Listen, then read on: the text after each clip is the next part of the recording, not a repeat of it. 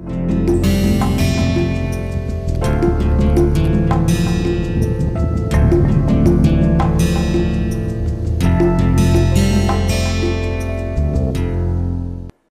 and welcome back to this course on postcolonial literature. Today we will continue with our exploration of Chinua Achebe's novel Things Fall Apart, which we have already started discussing in our previous lecture. And if you remember, in our last meeting we talked about how Achebe's novel helps us look at the colonial encounter from an African perspective, and it does so by acquainting us with the intimate details of the life of an African village community in Nigeria. Now, compared to Conrad's novel Heart of Darkness, which we did earlier, and where we look at the African village life from the perspective of a European outsider, in Achebe's Things Fall Apart, we are able to switch our position and become an insider to whom even the most frenzied village scenes do not look like the incomprehensible activities of a madhouse, as it did to Marlowe, if you remember. In fact, every action fits sensibly within a coherent worldview in Things Fall Apart, and the beauty of Achebe's novel is how swiftly it manages to convey this worldview to the reader and lend it a sense of cultural thickness. And one of the effects that this switching of our position as readers in Achebe's novel vis-a-vis Conrad's Heart of Darkness is that the colonial encounter reveals itself in a whole new light to us. Take for instance the scene in chapter 16 in Things Fall Apart, which describes the arrival of a European Christian missionary in the village of Umuofia. Now, by the time this scene is introduced in the novel, the readers have already gone over pages and pages of thick descriptions by Achebe, describing in minute details the various rituals and customs which form part of the religious life of the African clan. Now, this means that by the time we reach the scene describing the arrival of the European missionary, the African religious world has become so familiar to us readers that we have started accepting it as the norm. Which means that we are readily able to sympathize with the Africans of the Umuofia village when they can neither make head nor tail of the new religion of Christianity that the white man brings along with him. And we share the confoundedness of the villagers of Umuofia when they are confronted with something which to them is as bizarre as the concept of Trinity, for instance. Now, and if we place Things Fall Apart against Heart of Darkness, we realize that ironically, with this switch in our perspective, the incomprehensible, mad African world of Conrad's novel ceases to be abnormal, and it is the European's world that starts looking bizarre and even mad. However, before we proceed any further with the novel, let us go through the plot of the novel. But here I should say that I will not summarize the story of the novel, for which you need to go to the novel and you need to read it, and I am sure that it will be a very rewarding experience. But what I am going to put forward today is a few salient plot points which we will use to map this novel and to discuss this novel. Now, these plot points are arranged chronologically, in the sense that they are arranged in the way that they occur in the novel, in the narrative, and the narrative of the novel in terms of time is pretty straightforward. There aren't many flashbacks or things like that. So, it is pretty straightforward. It flows unidirectionally almost throughout the novel. But I have also tried, while listing these plot points chronologically, I have also tried to introduce a thematic pattern into these points. And I have divided the points into three main thematic groups. So, if you look at this first one, as the title of this slide tells you, this is about introducing the character Okonkwo. Now, Okonkwo is the protagonist of Achebe's novel, and he is a celebrated member of the Umuofia clan. And the whole plot is actually an unfolding of the life and of the career of this central character. So, I have, as you can see, I have listed a few points under this thematic heading of introducing Okonkwo, and we will come to each of these points later. So, you do not have to worry about them just now. The next thematic division aims to discuss the various transgressions that Okonkwo commits, and this in fact forms the very meat of the novel. Now, here I have listed 3 points under the heading Okonkwo's transgressions, and as you can see, each of these 3 points list a murder or an attempted murder committed by the protagonist Okonkwo. So, again, as with the previous slide, we will come back to each of these points later. And by the way, if you have not noticed, please note that the words written in bold letters in all of these slides that I will be presenting today are names of characters in the novel. So, please take note of that and take special care in remembering these characters. Now, moving on to the third slide, here I talk about the effects of the European colonial incursion within the African society and Okonkwo's engagement with these effects. And it is from this last slide that I want to start my discussion today, and I will then be gradually backtracking to the earlier slides. So, in this slide, as you can see, the first point that I have listed here is that Noe, who is one of Okonkwo's sons, he joins the Christian missionaries. Now, the implication of this action will become clearer as we go along, but for now, we just need to note that near about the midway in the novel, we are told that a Christian missionary has arrived in Umuofia village.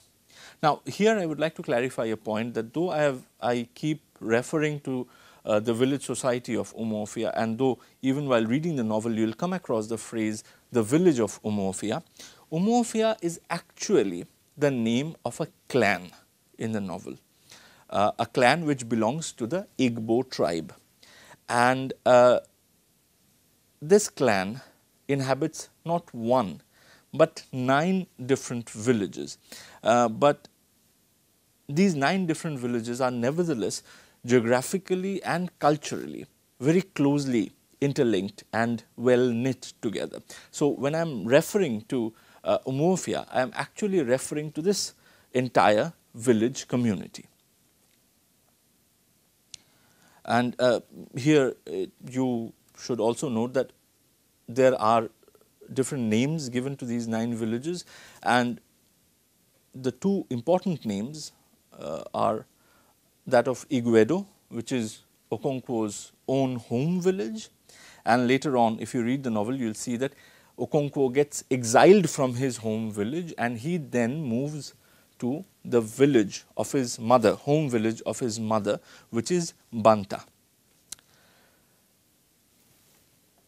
So, now, but coming back to the missionary who comes to Umuofia to set up his Christian church.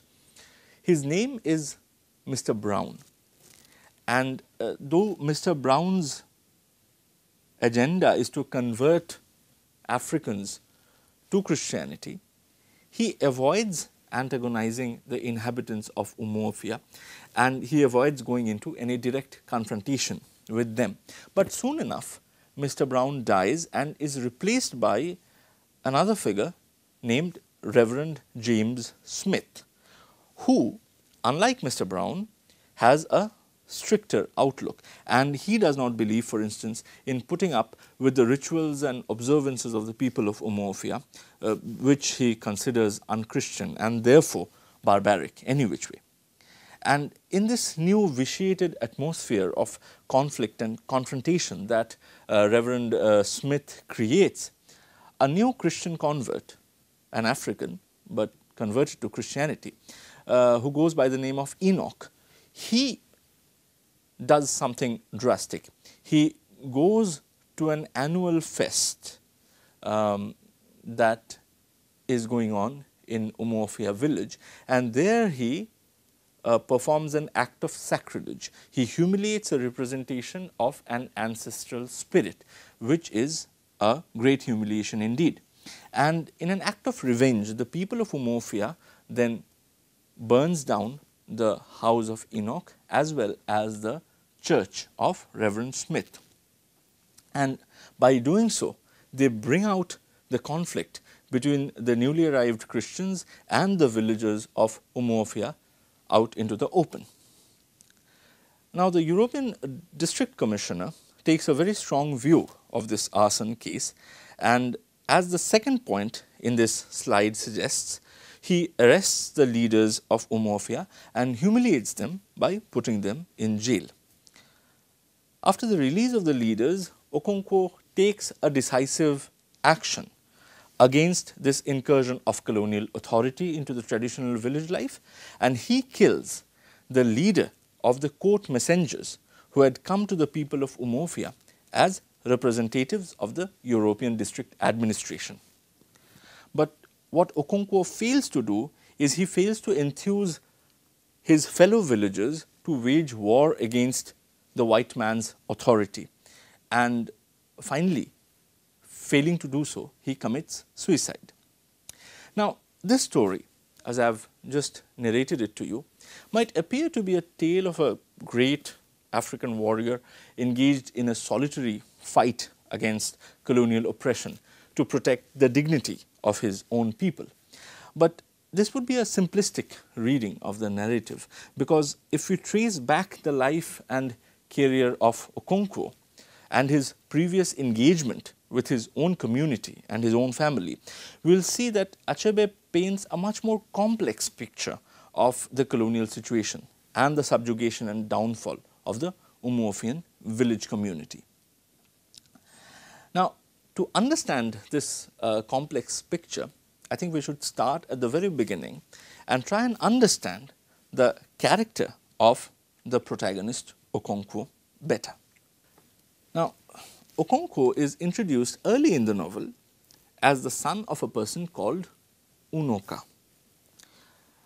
Unoka, in turn, is introduced as a talented musician, but as a person who is a coward, who is regarded as a coward, and who is also a spendthrift, and he has debts all over Umuofia.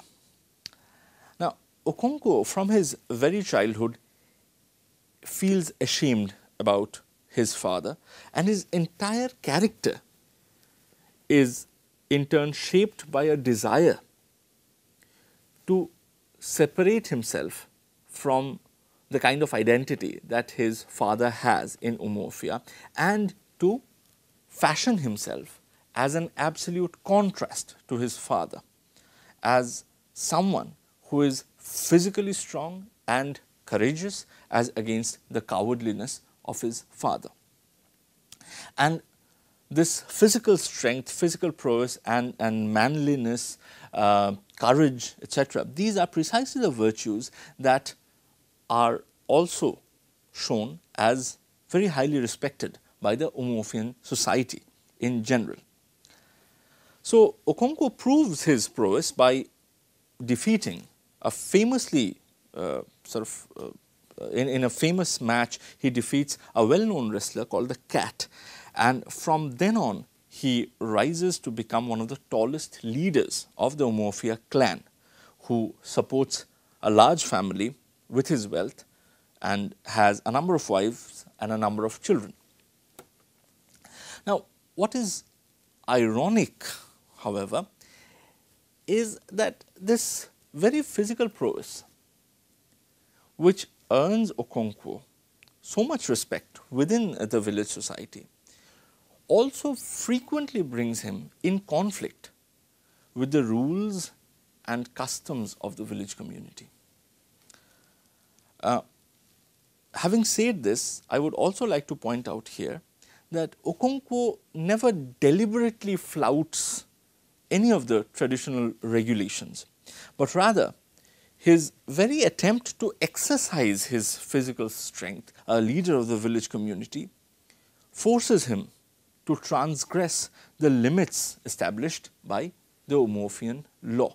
So, how does this happen? Let us look through these instances of Okonkwo's transgressions. The first serious transgression that Okonkwo commits is that he mercilessly beats up his youngest wife during the period of peace, in which the people of Umuofia are ritually prohibited from committing any violence. Now, the reason for which Okonkwo beats his wife is because he thinks that his wife is neglecting her wifely duties. And indeed, within the Umuofian society, where masculine dominance and physical aggression are highly prized, Okonkwo is almost expected to chastise and even perhaps beat his wife for such negligence. But this expectation that as the man of the house, Okonkwo will keep a very tight leash on the women folk of the house comes in conflict with the ritual prohibition against committing violence in the sacred week of peace. And it is this internal conflict that is there within the society which traps Okonkwo and makes him commit a transgression, even while actually abiding by the unwritten laws or expectations of the society. Now, this kind of contradiction again undoes Okonkwo when he kills his adopted son, Ikemefuna, and he does that to prove his courage. Now, Ikemefuna was gifted by another tribe to Umuofia to avoid an inter-tribe conflict, and Okonkwo had raised Ikemefuna as his own son. However, when a village oracle commands that Ikemefuna should be put to death, not only does Okonkwo not protest against this, but indeed he does the deed himself. He himself kills Ikemefuna, and by doing so, he again commits another transgression, because the oracle had also asked Okonkwo to keep away from the whole business, because he was like a father to Ikemefuna.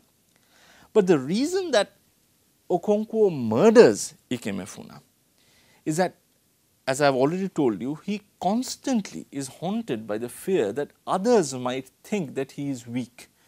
Others might think that he is just like his father, who is a coward.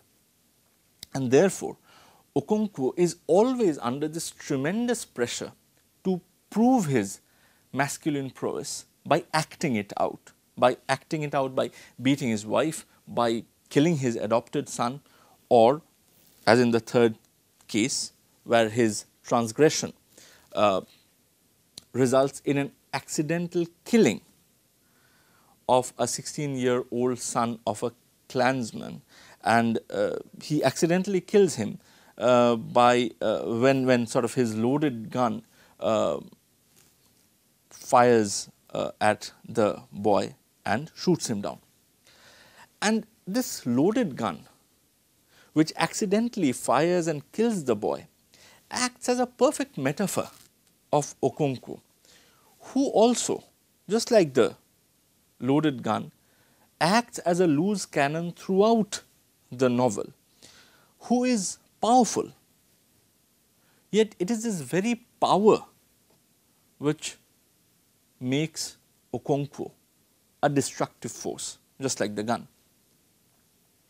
Thus, when near the end of the novel, Okonkwo emerges as a person who single-handedly attempts to wage war against the colonizer, the scene is filled with irony. And this is because the reader perceives Okonkwo both as a heroic figure who shows the courage to stand up to the white man's coercion, as well as an antagonist whose very presence is disruptive to the society to which he belongs. So, Okonkwo simultaneously emerges near the end of the novel as a heroic figure and as a villainous character. So, as I have just said, it is the same figure of Okonkwo who both tears apart his community and who shows the potential to save it from the white man's oppression.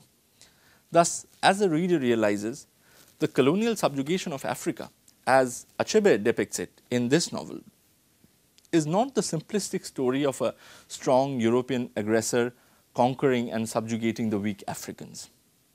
The external force of the European colonizers, represented here through the figure of the district commissioner, definitely plays a role in the downfall of Umuofia and the subjugation of the villages. But it is not the sole agent which brings about this course of action. As William Butler Yeats suggests in his poem The Second Coming, from which Achebe borrows the title of this novel, things fall apart precisely because the center cannot hold them together. And the clan of Umuofia falls because Okonkwo, the man who is at the center of the community, fails to hold the people together. And this failure is most evident in the way he beats, kills and alienates members of his own family. And here I am not only talking about his youngest wife or Ikemefuna, who he kills, but also his son Nwoye, whom he constantly ill-treats because he is effeminate. Again, Okonkwo applies that exaggerated standard of masculinity onto his son and finds him lacking, finds him almost an echo of Unoka. So, he constantly ill-treats Nwoye, and this results in Nwoye ultimately leaving his father and joining forces with the Christian missionaries to escape from the abuses of Okonkwo. Now, this brings us to a realization that Okonkwo, even before the other villagers refused to stand by him to fight the white man, has already become a defeated man, a man from whom even his son tries to escape and become a Christian missionary. And therefore, it doesn't really come as a surprise when near the end of the novel, Okonkwo commits suicide by hanging himself. However, in the last chapter of Things Fall Apart, the focus moves from Okonkwo to the district commissioner, who arrives at Okonkwo's village with armed men to avenge the killing of his court messenger, whom Okonkwo, if you remember, had killed. Of course, before the commissioner arrives, Okonkwo has already committed suicide, and the commissioner doesn't manage to get hold of Okonkwo. But he nevertheless plans to devote a chapter to Okonkwo and to the incidents surrounding his suicide in a book that he has already started writing. And Things Fall Apart ends with the title of this book that the commissioner is writing. And the title of the book is The Pacification of the Primitive Tribes of Lower Niger. And here, in this very last moment, Achebe masterfully brings together two aspects of European colonization that we have been discussing throughout this course. The first aspect is, of course, that of military force and military coercion, which is represented by the armed guards who come with the district commissioner. But there is, of course, another aspect to colonialism, which is the aspect of colonial discourse. And that aspect is represented by this unfinished book of the commissioner. And like any colonial discourse, this use of the colonial discourse also tries to translate the colonial oppression and coercion to look like a civilizing mission. And this is evident even from the title of the book, where the colonial oppression in Africa is rendered as pacification. And the title also diminishes the highly complex social structure of the Igbo community, which the novel has introduced us to, into the activities of a quote-unquote primitive race, a race which is savage, barbaric, and not even fully human. And as I have mentioned in my earlier lecture, it is precisely to counter this image of Africa and Africans that Achebe took to write Things Fall Apart. So with this, we come to an end of our discussion of Chinua Achebe and his first novel. And in the next lecture, we will start looking at colonialism and post-colonialism from within the Indian perspective. Thank you.